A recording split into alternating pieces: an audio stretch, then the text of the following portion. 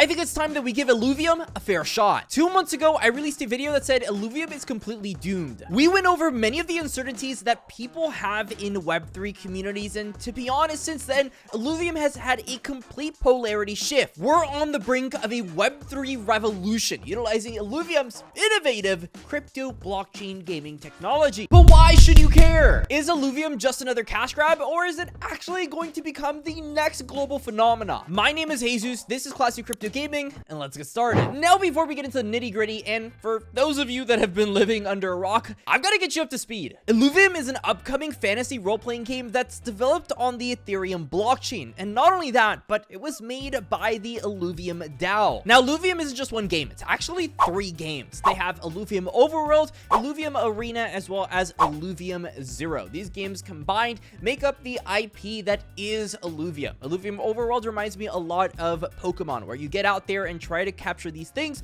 called Illuvials, which, I mean, let's be honest, is like the same thing. And you've got the second game, Illuvium Arena. Reminds me a ton of Teamfight Tactics or Dota 2 Auto Chess if you've ever played those games. You've got your creatures, you hop on there, you're against other creatures, and you pretty much just have to outsmart them and have better elements and counter them. A bunch of cool stuff in their gameplay loop, which I actually really like about Illuvium Arena. The last one is Illuvium Zero. It's the mobile-friendly city building game from Illuvium, just meant to really onboard more people and have the gameplay loop in a way where you're crafting these Illuvials in a fungible way. They combine these 3 titles together to make up something called interoperability in the blockchain. One of the major perks of building on a blockchain is that you can actually use your assets and sell them on the open market. Not only that, but on Illuvium, you could use the same asset from one Illuvium game on any of the Illuvium games, which I think is pretty cool. This game also has a pretty heavy-hitting team. Their whole team consists of around 100 people, 70 of them being designers. So to say the least, they've built other AAA titles such as BioShock and Batman Arkham Knight as well. Also, another really cool thing about the game is that it's free to play. Crypto is always about buying $1 million NFTs.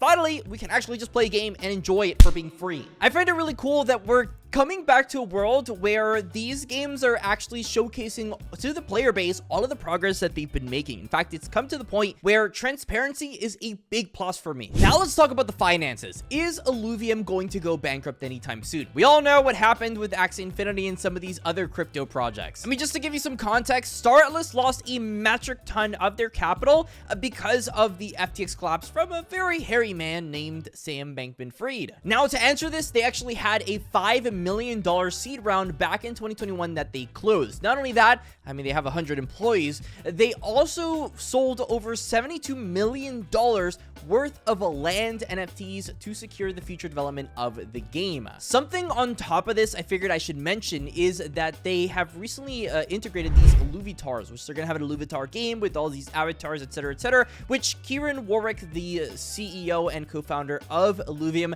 has also said should be just as successful as the land NFT sale. To say the least, I'm pretty sure they're doing all right in that regard. So with all of this great news being said about Illuvium, what are some of the issues that still stand? Well, for one, Illuvium's inflationary curve is going to be something that is pretty much going to plague the project for the next couple of years. The actual Illuvium token, well, being once worth $1,600, now being worth $100, and by the way, having pretty damn good momentum, is just in a state where it's going to continue to get more and more supply unlocked. Another big issue is that the Illuvials in the game, as well as just the overall scenery, seems pretty dead at the moment. In fact, the one place you can play on the private beta is something called Crimson Waste. It's devoid of any life. Illuvitars, Illuvials, all these kind of things don't really mean anything at the moment, but I'm sure that could possibly just be copped up to the fact that the game's still in development and they just haven't gotten that far. A great example of an IP that's doing it well is Pokemon. I mean, that seems like the closest translation here. So what are they doing right? Bulbasaur could be a good example of this. He has 12 chapters of lore in terms of all of his achievements and things he's done to give you that connection that you so desperately need to your character. That's what gives these games the replayability that it needs. With this being said, they boast one of the most active communities in the crypto gaming space, with most of their posts getting over 1,000 likes pretty consistently.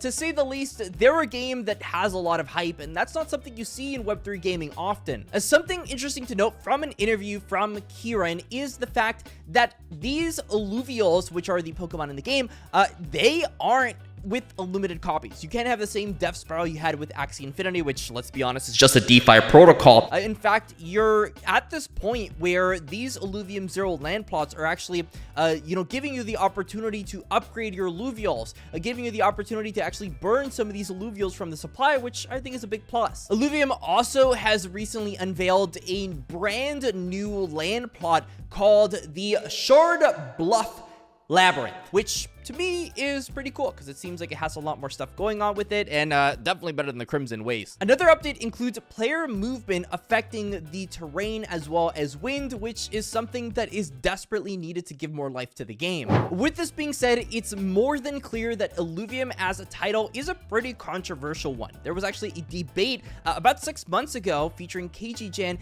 Star Atlas, and Illuvium, where they went out after each other cold-blooded.